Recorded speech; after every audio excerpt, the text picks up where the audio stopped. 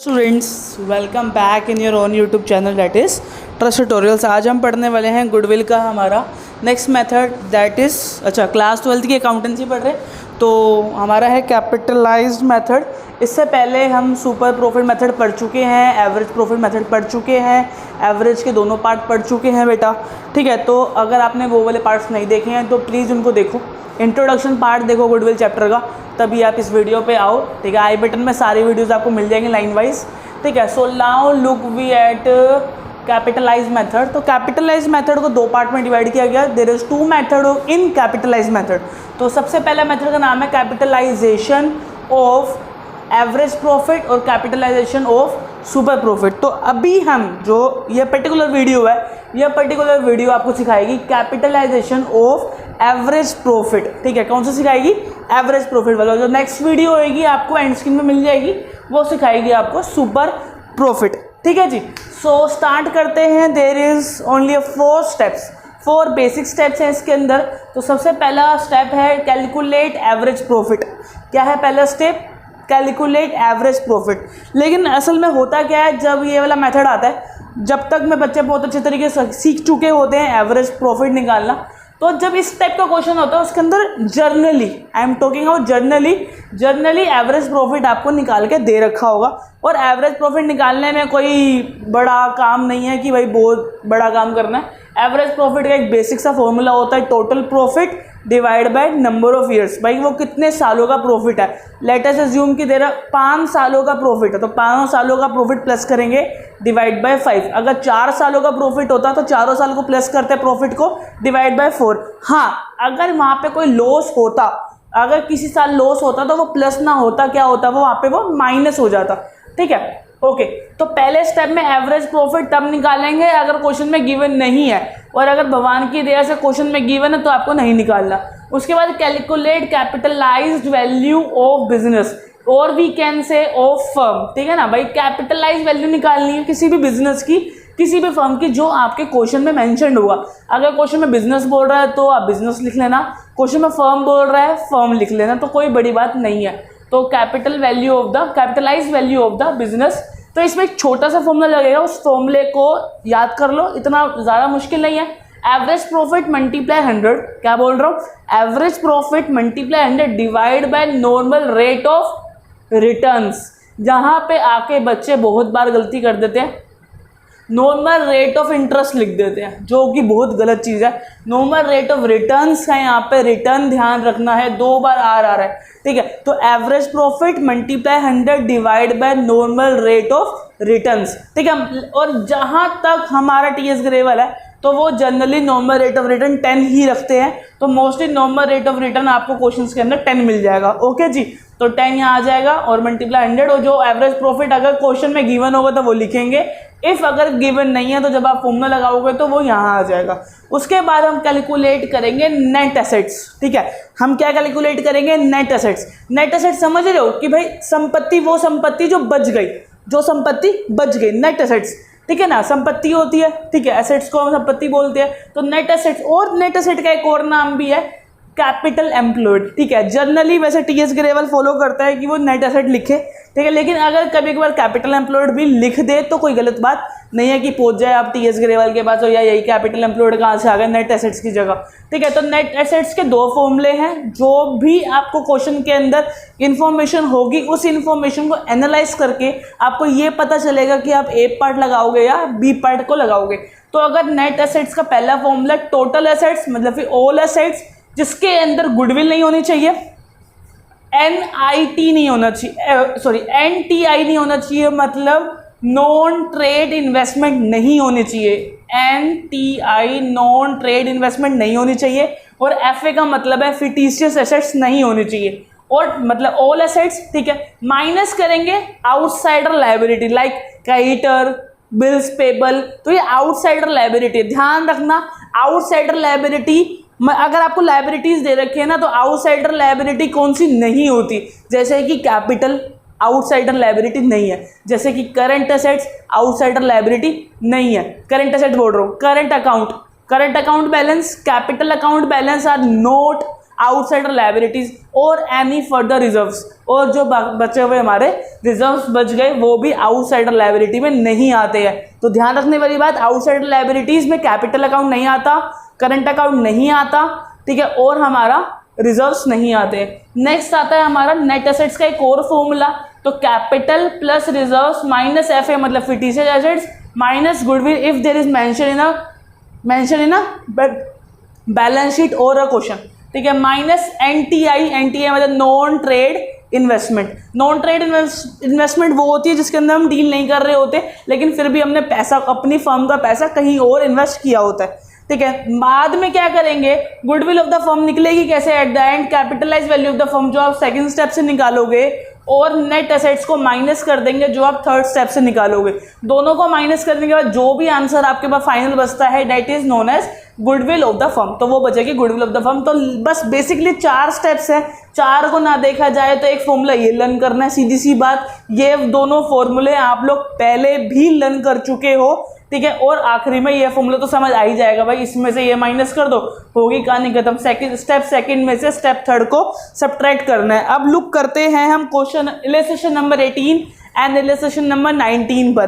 तो भाई illustration number 18 और इलस्ट्रेशन नंबर 19 में बुक प्रेफर कर रहा हूँ एडिशन 2020, कोरोना वाला जो ये साल चल रहा है हमारा, वही वाली जो बुक है, मतलब न्यू बुक, जो ये वीडियो इस साल देख रहे हैं 2020 में, तो जो न्यू बुक है मैं उसी को प्रेफर कर रहा हूँ क्योंकि वो मोस्टली बच्चों के पास होती है, ठीक है। तो न्यू बुक है टीएस ग्रेवल एडिशन 2020, ठीक है। तो पहला है illustration number 18, a firm earn मतलब एक फर्म ने कमाए 60,000 रुपये 60,000 एज प्रॉफिट के 60,000 कमाए, the normal rate of returns being 10%, जैसे कि मैंने आपको बताया था टीएस ग्रेवल का फेवरेट 10% लेते हैं mostly. Assets of the firm are 7,20,000 and the liabilities are 2,40,000 here, ठीक है। और बाद में एक लाइन लिखी हुई थी जो मैंने नहीं लिखी स्पेस बचाने के लिए, find the goodwill of the firm by capitalize of average profit method, ठीक है। इतनी सी लाइन लिखी हुई थी जो मैंने कट करी है ताकि स्पेस एक अच्छा बन जाए मेरे पास। तो बेटा देखो, सबसे पहली बारी आती है स्टेप 1 की। स्टेप 1 की इंफॉर्मेशन यहाँ पे कुछ भी नहीं है क्योंकि वहां पे एक ही प्रॉफिट दे रखा है भाई। अगर एक ही प्रॉफिट दे रखा है तो वही प्रॉफिट क्या हो जाएगा, एवरेज प्रॉफिट। अगर 2 प्रॉफिट दे रखे होते मैं दोनों को प्लस करता, 2 से डिवाइड करता। 3 प्रॉफिट दे रखे होते मैं तीनों को प्लस करता, 3 से डिवाइड करता। 4 प्रॉफिट दे रखे होते मैं चारों को प्लस करता, 4 से डिवाइड कर देता। और अगर किसी साल लॉस होता तो मैं माइनस कर देता। ओके, तो सबसे पहले स्टेप तो हो ही गया देखा जाए। सेकंड स्टेप की बात आती है तो स्टेप सेकंड, पहला स्टेप नीड नहीं पड़ी, सेकंड स्टेप में फॉर्मूला लगेगा। एवरेज प्रॉफिट तो मेरा आ गया 60,000, ठीक है। नॉर्मल रेट ऑफ रिटर्न्स क्या है मेरा 10% है। इसका मतलब मैं पहला स्टेप ना लगा के सीधे सेकंड स्टेप लगा सकता हूँ फॉर्मूला, ठीक है ना। अब मुझे थोड़ा सा स्पेस की नीड है, सो यहाँ लिख सकते हैं कैपिटलाइज्ड, ठीक है। थोड़ा सा छोटा लिख, सिर्फ कैपिटलाइज लिख रहा हूँ या फिर लिख लो यार, वैल्यू ऑफ द फर्म बोलो या बिजनेस बोलो, ठीक है। क्या होगा फॉर्मूला, एवरेज प्रॉफिट जो कि मेरा 60,000 ही आ गया बिकॉज एक ही साल का गिवन था, मल्टीप्लाई 100 डिवाइड बाय क्या हो जाएगा, normal rate of returns that is 10। Normal rate of returns क्या है बेटा 10 है। यहाँ से मैंने इसकी 0 इसकी 0 से काट दिया, ये बन गया 3 0 जिसके बाद ऑलरेडी थी, 2 0 इसके बाद और आ गई, तो ये हो गया 6 लाख रुपए। कितना आ गया बेटा 6 लाख रुपए। नेक्स्ट निकालूंगा मैं नेट एसेट्स, तो यहाँ लिखूंगा नेट एसेट्स। नेट एसेट्स का मतलब एसेट्स माइनस लायबिलिटी। तो एसेट्स कितनी है बेटा, ये रही 7,20,000 एंड माइनस लायबिलिटी। देखो क्वेश्चन में लायबिलिटी दे रखा सीधा, तो टोटल लायबिलिटी तो नहीं बोला ना, टोटल लायबिलिटी नहीं बोला, सिर्फ लायबिलिटी बोला है। दैट मीन्स क्वेश्चन के according this is the outsider liability only, ठीक है। तो वो है मेरी 2,40,000। अब इसको सब्ट्रैक्ट कर लेते हैं, 000 इसके पास, 10 इसके पास, और ये जाएगा तो ये 12 हो गया। 12 में से 4 गए तो मेरे ख्याल से 8 बचेगा, ठीक है। 12 में से 4 गए 8 बचेगा, ठीक है। और 6 में से अपना गया 2, तो 4 5 6, ठीक है, ये बच गया। तो ये कुल मिला के मेरा आ गया 4,80,000। उसके बाद गुडविल ऑफ द फर्म का लास्ट स्टेप क्या था बेटा, गुडविल ऑफ द फर्म क्या था बेटा, इस वाले स्टेप में से इसको माइनस, मतलब capitalize value of the firm में से net assets minus capitalize value of the firm कितनी है बेटा, 6 लाख रुपए minus 4,80,000 rupees. So my answer become 12 lakh rupees.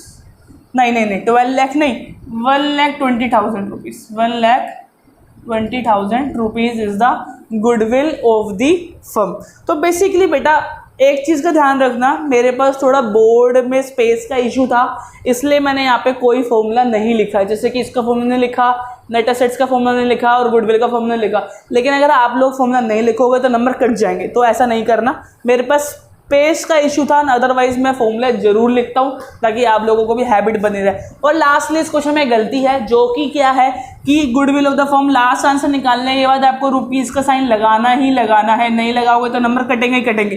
बीच में नहीं लगाया तो उसको सिप कर सकते हैं, लेकिन एट द एंड जो आपका आंसर आ रहा है उसमें आपको रुपीज़ लगाना. तो एक बार लुक करते दोबारा क्वेश्चन के अंदर, 60,000 रुपये एवरेज प्रॉफिट दे रखा था, नॉर्मल रेट ऑफ रिटर्न 10 दे रखा था, इसका जो यहाँ करा, तो यहाँ से आ गया 6 लाख रुपए.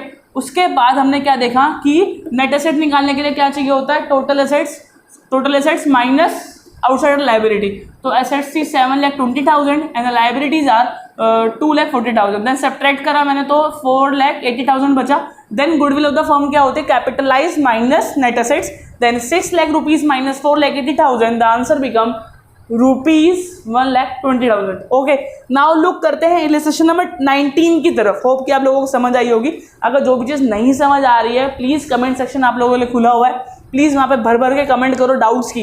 हाँ, अगर डाउट आए तो ठीक है. और तारीफ करने के लिए भी कमेंट बॉक्स का यूज़ कर सकते हो. Next is Puneet and Tarun are in a restro business having credit balance in their fix capital account as 2,50,000 each. ठीक है, मतलब दोनों के कैपिटल अकाउंट में 2,50,000 पड़े हुए हैं बेटा. ठीक है, आगे लिखा हुआ है they have the credit balance in their current account. उनके पास एक करंट अकाउंट भी है जिसके अंदर 30,000 रुपये और 20,000 रुपये पड़े हुए हैं. ठीक है, the firm does not have their liabilities. उनके पास कोई लाइबिलिटी नहीं है, मतलब उनके ऊपर कोई कर्जा नहीं है, कोई लाइबिलिटीज नहीं है.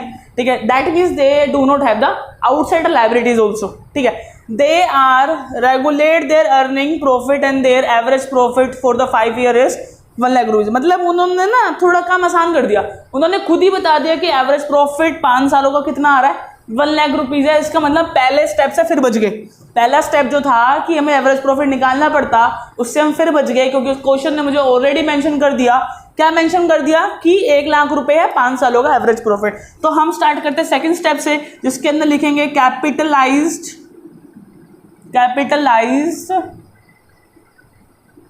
Profit value of the firm,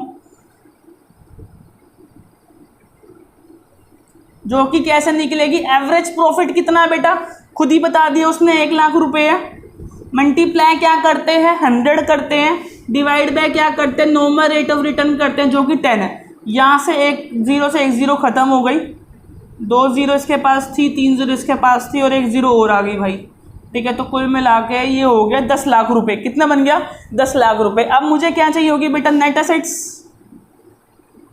net assets के लिए टोटल एसेट्स है, नहीं है भाई.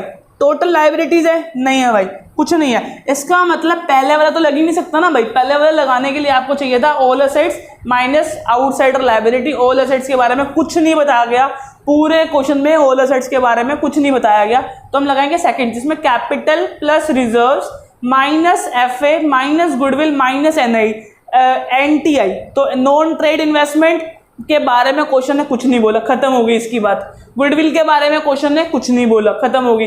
फिर टी से एसेट्स के बारे में इसने कुछ नहीं बोला, और क्वेश्चन में रिजर्व भी कोई नहीं है. इसका मतलब बचा क्या, नेट एसेट में बचा क्या, सिर्फ कैपिटल से बची. क्या बचा, सिर्फ कैपिटल बची. और कैपिटल 2 टाइप की होती है, एक नॉर्मल कैपिटल और एक करंट अकाउंट. मतलब कैपिटल अकाउंट होता है, करंट अकाउंट होता है, दोनों को मिला के क्या बोलते हैं हम, capital.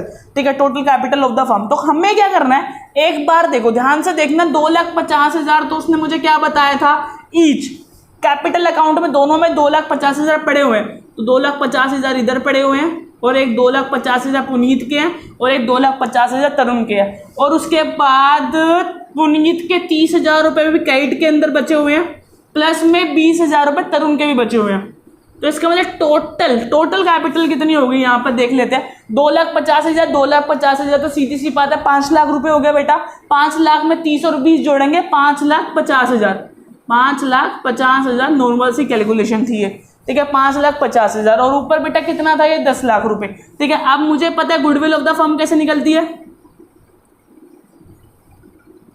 Goodwill of the firm का मतलब है कैपिटलाइज वाला जो 10 लाख रुपए है उसमें से क्या माइनस कर दूं बेटा, मैं नेट एसेट्स माइनस कर दूं।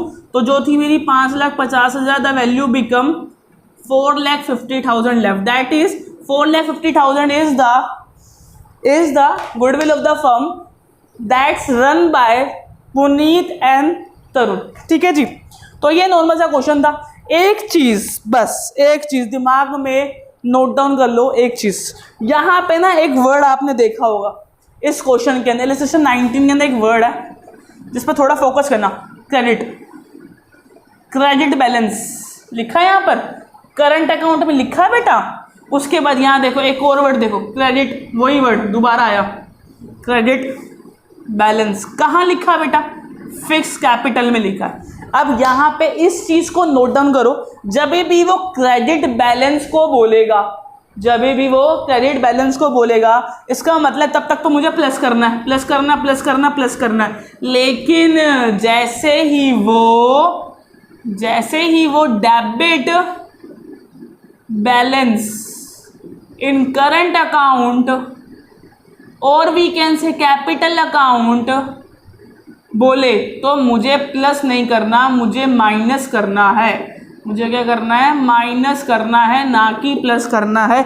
इस चीज़ को ध्यान रखो। जैसे कि अगर इस क्वेश्चन में थोड़ा सा मैं मोल्ड कर दूं तो मैं बोलूं कि इसका 30,000 क्रेडिट है लेकिन तरुण का, मतलब पुनीत का 30,000 क्रेडिट है लेकिन तरुण का 20,000 डेबिट है। इसके बगल में डेबिट लिख दूं एक, तो ये जो 20,000 रुपये यहाँ मैंने प्लस करे हैं उसको मुझे क्या करना पड़ेगा, माइनस करना पड़ेगा, ठीक है। तो बस इसी के साथ हमारा ये खत्म होता है कैपिटलाइज ऑफ एवरेज प्रॉफिट। एक होमवर्क मैं आप लोगों को दे रहा हूँ, दैट इज होमवर्क है इलस्ट्रेशन नंबर 20 करनी है बेटा आपको होमवर्क में। और अगर इसके अंदर कोई डाउट आता है इलस्ट्रेशन नंबर 20 में तो प्लीज़ मुझे कमेंट करो, मैं आपकी हेल्प करूंगा। और अगर आपको शर्म आ रही है कि यार यहाँ क्यों कमेंट करनी है पब्लिकली, मेरी प्रॉब्लम एकदम से एक्सप्लोर हो जाएगी, मुझे समझ नहीं आया, क्यों समझ नहीं आया, तो उसके लिए एक सोल्यूशन है, इंस्टाग्राम पे मुझे फॉलो करो, वहाँ पर मेरे को पर्सनल DM कर दो, मैसेज कर दो मेरे को डायरेक्ट, तो मैं आपकी प्रॉब्लम वहाँ पे भी सॉर्ट आउट कर दूंगा, ठीक है। तो मेरे ख्याल से आज के लिए बहुत है, ठीक है। आप लोगों को होपफुली कि समझ आया हो, मैं बिल्कुल साइड हुआ हूँ, तो नोट डाउन कर लो। मेन जो नोट डाउन करने वाली बात है वो ये है, ठीक है। ये अगर ये अच्छे से समझ आ गया, दिमाग के अंदर फिट हो गया, तो ये तो बचकानी चीज़ें हैं, ये तो होती रहती है, मतलब ठीक है ना। मतलब ये तो इनपुट है, ये मेन है, इनपुट मेन है, आउटपुट जो आप निकालोगे वो इजी है, ठीक है ना। दिमाग के अंदर अगर क्लैरिटी से चीज़ें फिक्स होने लग जाए ना, दिमाग के अंदर क्लैरिटी से चीज़ें फिक्स होने लग जाए तो हर सब्जेक्ट ईजी बन जाता है, ठीक है। मेरा काम बस यही है कि आपका ये सब्जेक्ट अकाउंटेंसी को ईजी बनाए रखना। तो please connect with my channel, इस चैनल को सब्सक्राइब कर दो। फिर मिलता हूँ एक और एजुकेशन वीडियो के साथ। Bye bye, take care, hope you are safe in your house. यार कोरोना है, बाहर कम ही निकलना।